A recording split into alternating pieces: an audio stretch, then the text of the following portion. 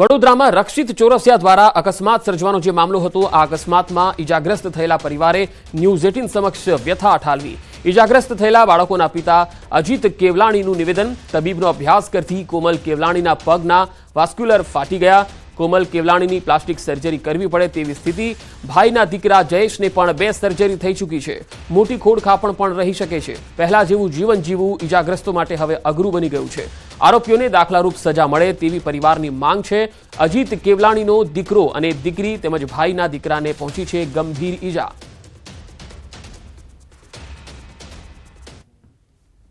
કોઈએ જાન ગુમાવ્યું છે અને જે ફ્રેક્ચર્સ થયા છે એ લોકો નોર્મલ લાઈફ પાછા જીવી નથી શકવાના. કોઈ એ લોકો 20-25 કિલોમીટરની સ્પીડે ક્યારે દોડતા થશે, શું થશે હજુ કશું કહેવાય નહીં. ચાલવાની કન્ડિશન કેવી રહેશે કશું કહેવાય નહીં. કોઈ બાળકના મેં સાંભળે પગ બી કાપી નાખ્યા, તો એ વિચારો માણસની લાઈફ શું રહેશે. આ લોકોને છોડવું ના જોઈએ. પોતાના મોજ શોખ માટે એના માટે આ લોકો આવું કરીને અંધાધૂંધ ગાડીઓ ચલાવે એ ના હોવું જોઈએ. સુરતના કામરેજના ખોલવડ ગામમાં અસામાજિક તત્વોનો આતંક જોવા મળ્યો. માતા સહિત અહીંયા 2 પુત્રો પર જીવલેણ હુમલો કર્યો. નજીવી બાબતે ઉશ્કેરાઈ એક શખ્સ દ્વારા હુમલો કરવામાં આવ્યો. માતા અને 2 પુત્રો પર લાકડાના બેટ વડે હુમલો કરાયો. હુમલો કરી રાહુલ નામનો શખ્સ ફરાર થઈ ગયો. યુવક ગંભીર રીતે ઈજાગ્રસ્ત થયો. કામરેજ પોલીસે સીસીટીવીના આધારે કામગીરી હાથ ધરી હતી. તો 2 અલગ અલગ તસવીર આપણે બતાવી રહ્યા છે. માતા અને 2 પુત્રો પર જીવલેણ હુમલો કર્યો તેની તસવીર પણ કેદ થઈ છે અને બીજી તરફ જે ઈજાગ્રસ્તો છે તેમને સારવાર માટે ખસેડાયા છે.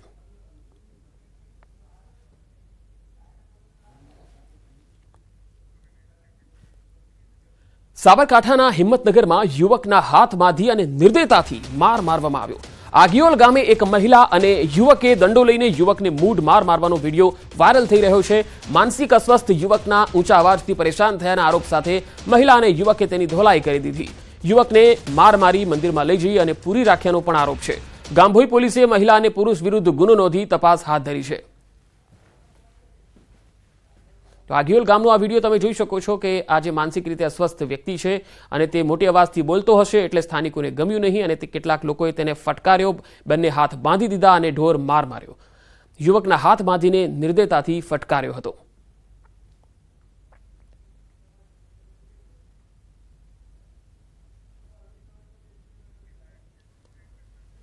રાજકોટના ગોંડલના કમઢિયા ગામ પાસે સીમ વિસ્તારમાં પરપ્રાંતીય યુવકની લાશ મળી આવતા ચકચાર મચી ગઈ. કમઢિયાથી દેરંડી ગામ તરફ જતા ખેતરમાં 30 વર્ષીય યુવકની લાશ મળી. 5 દિવસ પહેલા જ યુવક જમીન વાવેતર માટે આવ્યો હતો. બંસી નામના યુવકનો મૃતદેહ ખેતરમાં ખોદેલ મકાનના પાયામાંથી મળી આવ્યો. જ્યારે રોડ કાંઠે ખેતરમાં ગોદડું લોહીના ડાઘવાળા પથ્થર અને બાઇક મળી આવ્યું. સુલતાનપુર પોલીસે સમગ્ર મામલે તપાસ હાથ ધરી છે.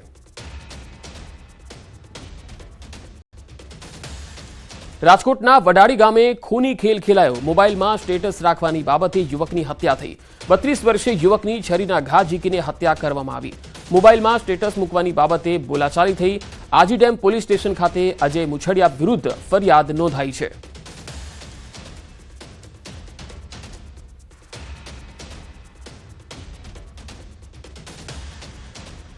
ગુમ થયેલા શાળા બનેવીના મૃતદેહ મળી આવ્યા. વડોદરાના કરજણ વિસ્તારનો આ બનાવ. બંનેના ખેતરમાંથી મૃતદેહ મળી આવતા ખળભળાટ મચી ગયો. ધૂળેટીના દિવસે બંને ગાયબ થઈ ગયા હતા. ડ્રોનની મદદથી ખેતરમાંથી પોલીસે મૃતદેહને શોધી કાઢ્યા. ત્યારે હાલ તો સમગ્ર મામલે તપાસ ચાલી રહી છે. મૃતદેહ અંગે તપાસમાં મોટા ખુલાસા પણ થઈ શકે છે. તો ડ્રોનની મદદથી મૃતદેહને શોધી કાઢવામાં આવ્યા. વડોદરાના કરજણ વિસ્તારનો આ બનાવ. શાળા અને બનેવી ધૂળેટીના દિવસે ગાયબ થઈ ગયા હતા અને કરજણ વિસ્તારના ખેતરમાંથી તેમની લાશ મળી આવી છે. આ શોધવા માટે પોલીસે ડ્રોન ટેકનોલોજીની મદદ લીધી હતી. અને હવે વાત પાખંડીઓની.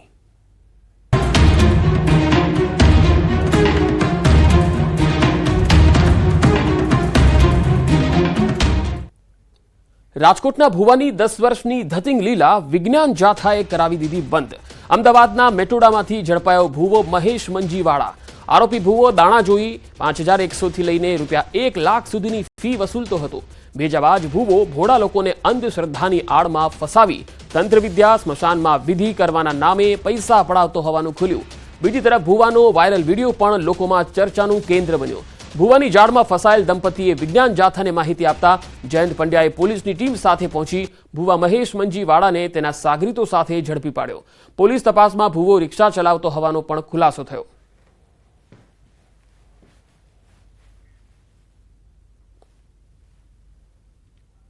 અમે ઘરની પર થોડીક વધારે તકલીફ હોવાથી અમે મહેશવાળા નામના ભુવાજીને સંપર્ક કરેલો. એની ફી હતી 5100 રૂપિયા અને અમને આ તકલીફ છે એ એમ કરીને અમને 40,000 થી 45,000માં ઉતારેલા છે. અમારી યારે છેતરપિંડી કરી છે અને એ રીતે અમારી યારે બધી લૂંટ કરી છે. અને તમે પૈસા કેવી રીતે દીધા? 2-3 વાર ગૂગલ પ્લે કરેલા છે, 1-2 વાર રોકડા દીધેલા છે. એ રીતે આપણે તમારી પાસે હતા કે તમે કઈ વસ્તુ વેચી? અને અમારી એક રિક્ષા પણ હતી ઘરની, વેચીને અમે રૂપિયા આપેલા છે. અમે છે ને વ્યાજના દરજામાં છીએ, રોજ વ્યાજ ભરીએ છીએ. એના હિસાબે અમે વ્યાજના ચક્કરમાં પણ પડી ગયા. સારું થઈ જાય પણ કઈ સારું કર્યું નહીં અને હાથ ઊંચા કરી દીધા છે.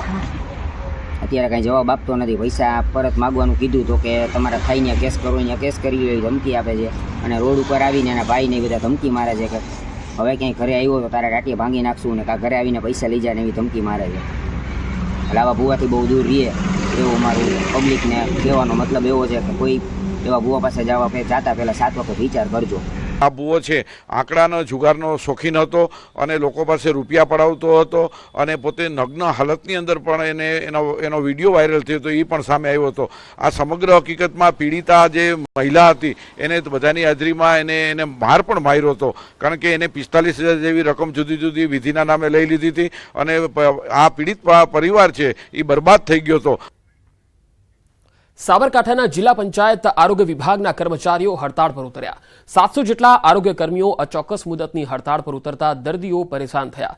વારંવાર રજૂઆત છતાં પડતર માંગણીઓ નહીં સંતોષાતા કર્મચારીઓમાં રોષ જોવા મળ્યો. જિલ્લા પંચાયત કચેરી ખાતે તમામ કર્મચારીઓએ એકત્ર થઈ અને જિલ્લા વિકાસ અધિકારીને લેખિતમાં રજૂઆત કરી. હડતાળથી જિલ્લામાં પીએચસી અને સીએચસી પર આરોગ્ય સેવાઓ ચાલુ રહેશે, જ્યારે ગ્રામ્ય કક્ષાના સબ સેન્ટર પર થતી કામગીરી બંધ થશે. 65 થી 70 વખત કાગળ મોકલાયા છતાં સરકાર દ્વારા કોઈપણ જાતની બેઠક આપી કોઈ નિરાકરણ લાવવામાં આવ્યા નથી. અમારો મુખ્ય મુદ્દો ટેકનિકલ છે, જે ટેકનિકલ માટે સરકારશ્રી દ્વારા કમિટી રચવામાં આવી હતી. કમિટી દ્વારા અહેવાલ રજૂ કરવામાં આવ્યો છે. અહેવાલ કર્યા પછી સરકારશ્રીએ હજી સુધી ઠરાવ કર્યો નથી. જો સુધી ઠરાવ ના થાય ત્યાં સુધી હવે આ અચોક્કસ મુદતની હડતાળ પૂરી થશે નહીં.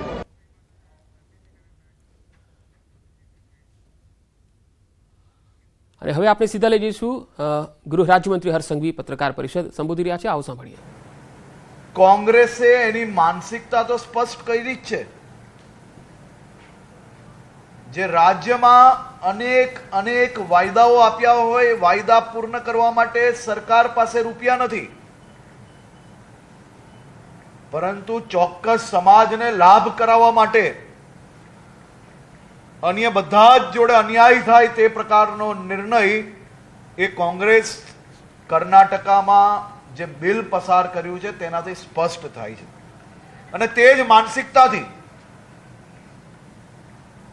કોંગ્રેસના નેતાઓ અને વિવિધ કાર્યકર્તાઓ એ તમામ રાજ્યોમાં એ મિશનથી કામ કરી રહ્યા છે. હું કર્ણાટકા સરકારના આ નિર્ણયને વખોડું છું અને ભગવાનને પ્રાર્થના કરું છું કે એમને સદબુદ્ધિ આપે. આજે કોંગ્રેસના નેતા શ્રીમાન અમિતભાઈ, જેમને વિધાનસભામાં પોતાના અનેક પ્રશ્નો પૂછ્યા, પોતાના પ્રશ્ન, પોતાનું ભાષણ લાંબુ રાખવું અને એના પછી જાણી જોઈને મહત્વના પ્રશ્નોના જવાબ ના આપી શકાય અને વિધાનસભાના સમય પૂર્ણ થયા પછી કોંગ્રેસના આ નેતા દ્વારા જે ગુનેગારો, જે ટપોરીઓ કે મારા રાજ્યના સામાન્ય નાગરિકોને હેરાન કરે તેમના જે વરઘોડાઓ નીકળે છે એની સામે હેરાનગતિ જેમને સ્પષ્ટ કરી છે. બીજા એક ધારાસભ્યએ આવા ગુનેગારો જે રાજ્યના સામાન્ય નાગરિકોના હિત માટે આરક્ષિત રાખેલી જગ્યાઓ પર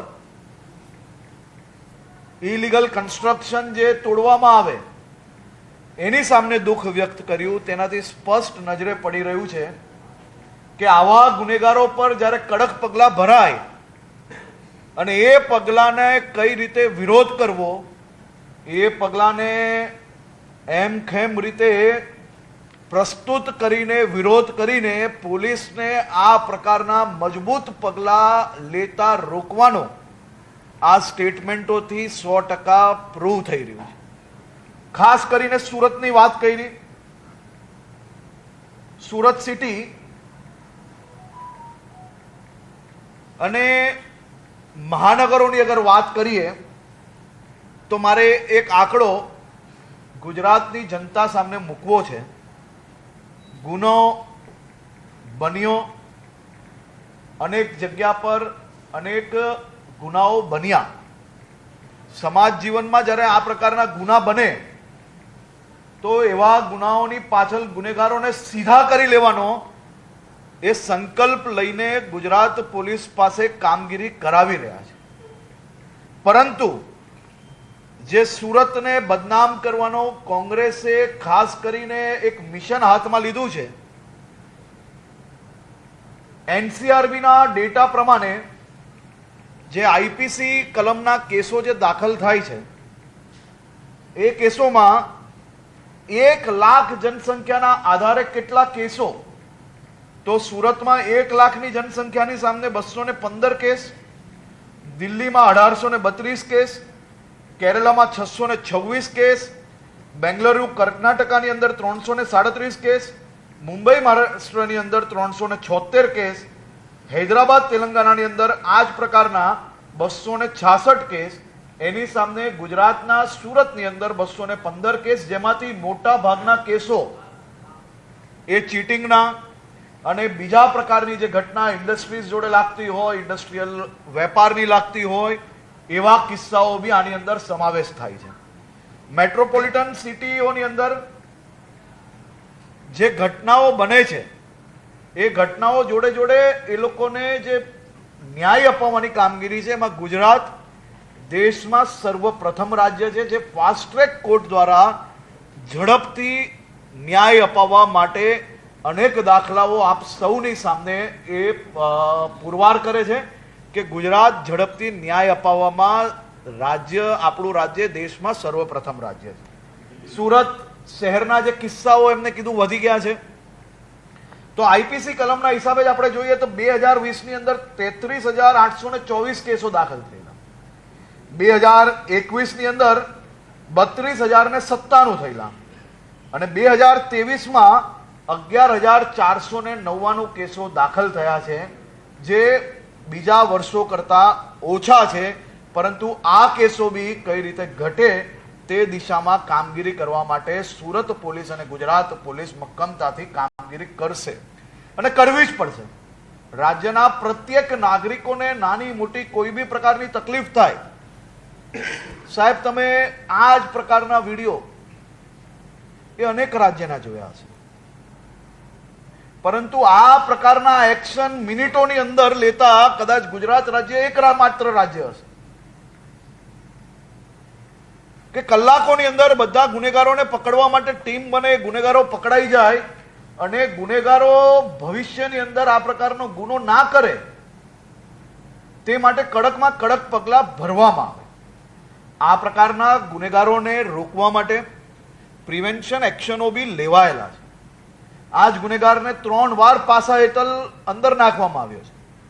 પરંતુ આપ સૌ લોકો જાણો છો ક્યાંક ને ક્યાંકથી આ કાયદાની આટીગુટીમાં કોર્ટમાંથી જામીન મેળવવામાં આ લોકોને સફળતા પ્રાપ્ત થઈ, હજી તો પાસામાંથી છૂટીને જ આવ્યા છે. એટલે આ પ્રકારના ગુનેગારો પર કડક પગલાં ખાસ કરીને ભરવામાં આવ્યા છે અને હજી બી વધુ કડક પગલાં આ પ્રકારના ગુનેગારોની ગુજરાતભરમાં ભરવામાં આવશે અને તમામ દિશાએ ગુજરાત પોલીસના તમામ યુનિટોને આની એક માર્ગદર્શિકા ડીજીપી દ્વારા આપવામાં આવી છે, જે 100 કલાકની અંદર તૈયાર કરીને એમને ગુજરાતભરની અંદર આની ઉપર એક્શન લેવાના છે. આજે હું પોતે બી સાંજે 4 વાગે એક રિવ્યૂ બેઠક લેવાનો છું અને રિવ્યૂ બેઠકની અંદર આ બાબતની કામગીરીનું નિરીક્ષણ કરવાનું છું.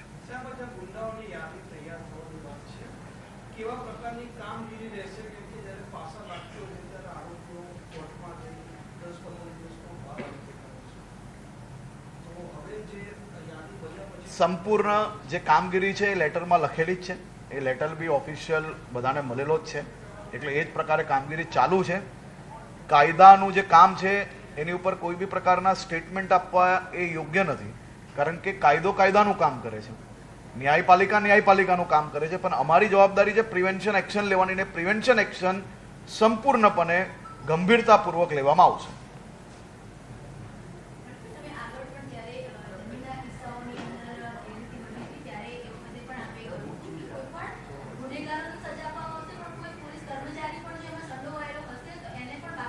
જરૂરથી, અને આ બાબતની બી તપાસ તમામ દિશાએ ચાલી રહી છે. કોઈ બી એક એજન્સી આ બાબતની તપાસો નથી કરતી, અને આ પ્રકારના જે પોલીસના કોઈ બી જવાનો આવા લોકો જોડે જો બેસેલા કોઈ બી પ્રકારનો સંપર્ક મળશે તો એમને બી નોકરીથી હાથ ધોવો પડશે.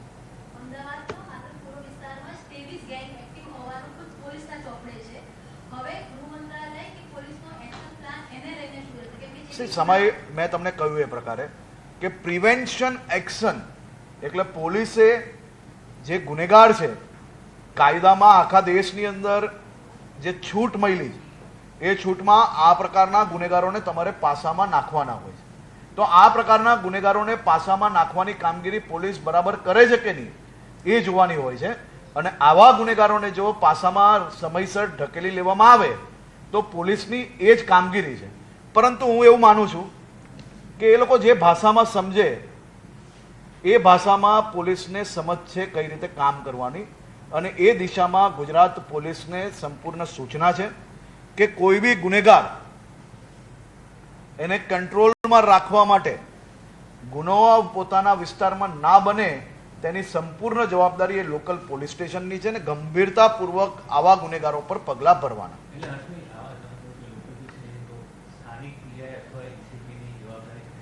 જી હા, કોઈ બી વિસ્તારની અંદર આ પ્રકારના ગુનાઓ જો હેબિચ્યુઅલ ગુનેગાર દ્વારા થાય તો લોકલ પોલીસ સ્ટેશનની સંપૂર્ણ જવાબદારી છે, અને એ પોલીસ સ્ટેશનોની તપાસ જ્યારે બી આવા કોઈ ગુના થતા હોય તો સિનિયર અધિકારી દ્વારા ચાલતી હોય છે. અહીંયા બી આ તમામ ગુનેગારોના કોઈની બી જોડે સંપર્ક છે કે નહીં, જો અવારનવાર કોઈને મળતા હોય કોઈ પોલીસ જોડે કે પોલીસના કોઈ લાગતા વળગતા લોકો જોડે આ લોકોના સંપર્ક હશે તો બી જરૂરથી એ લોકો પર પગલાં ભરવામાં આવશે. પરંતુ મને માત્ર દુઃખ એક વાતનું છે,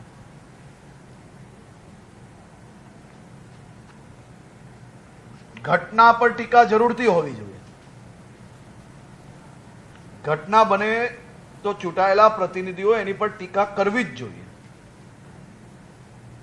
પરંતુ આવો તો કેવો ડર સતાવે છે કે ગુનેગારો પર કડક પગલાં જે ભરાયા છે તેની ટીકા કરવામાં વ્યસ્ત છે આ નેતાઓ.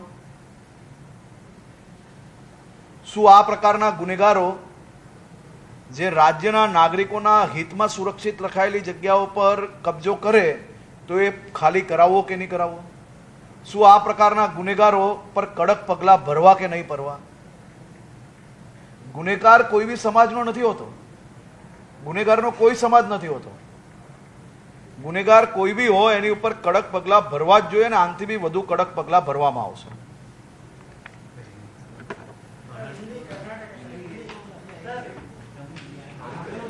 તો ગૃહ રાજ્યમંત્રી હર્ષ સંઘવીએ પ્રેસ કોન્ફરન્સમાં કહ્યું છે કે ગુજરાતમાં કોઈ પણ શહેરમાં જો ગુનેગારો આ પ્રકારે બેફામ વર્તન કરી રહ્યા છે તો એમની સામે લગામ કઈ રીતે કસવી એ ગુજરાત પોલીસ સારી રીતે સમજે છે, અને ગુજરાત પોલીસને એ સૂચનાઓ પણ આપવામાં આવેલી છે. તાજેતરમાં જ ઘણી ઘટનાઓ પર પોલીસે કડક કાર્યવાહી કરી પણ છે.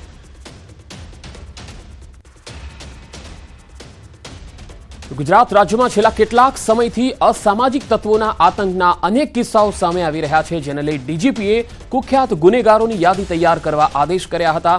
અમદાવાદ શહેર પોલીસે 1170 ગુનેગારોની યાદી તૈયાર કરી છે. વસ્ત્રાલમાં ધૂળેટીના આતંક મચાવનાર રોહિત સોનવણે નામના આરોપીના વિડીયો પણ સોશિયલ મીડિયામાં વાયરલ કર્યા છે, જેમાં આરોપીની ગુનાહિત માનસિકતા જોવા મળી રહી છે. સોશિયલ મીડિયા પર પોસ્ટ કરેલા વિડીયોમાં આરોપી રોહિત સોનવણે પોતાને ગેંગસ્ટર ગણાવી રહ્યો છે અને બબાલ કરતા વિડીયો શેર કર્યા હતા.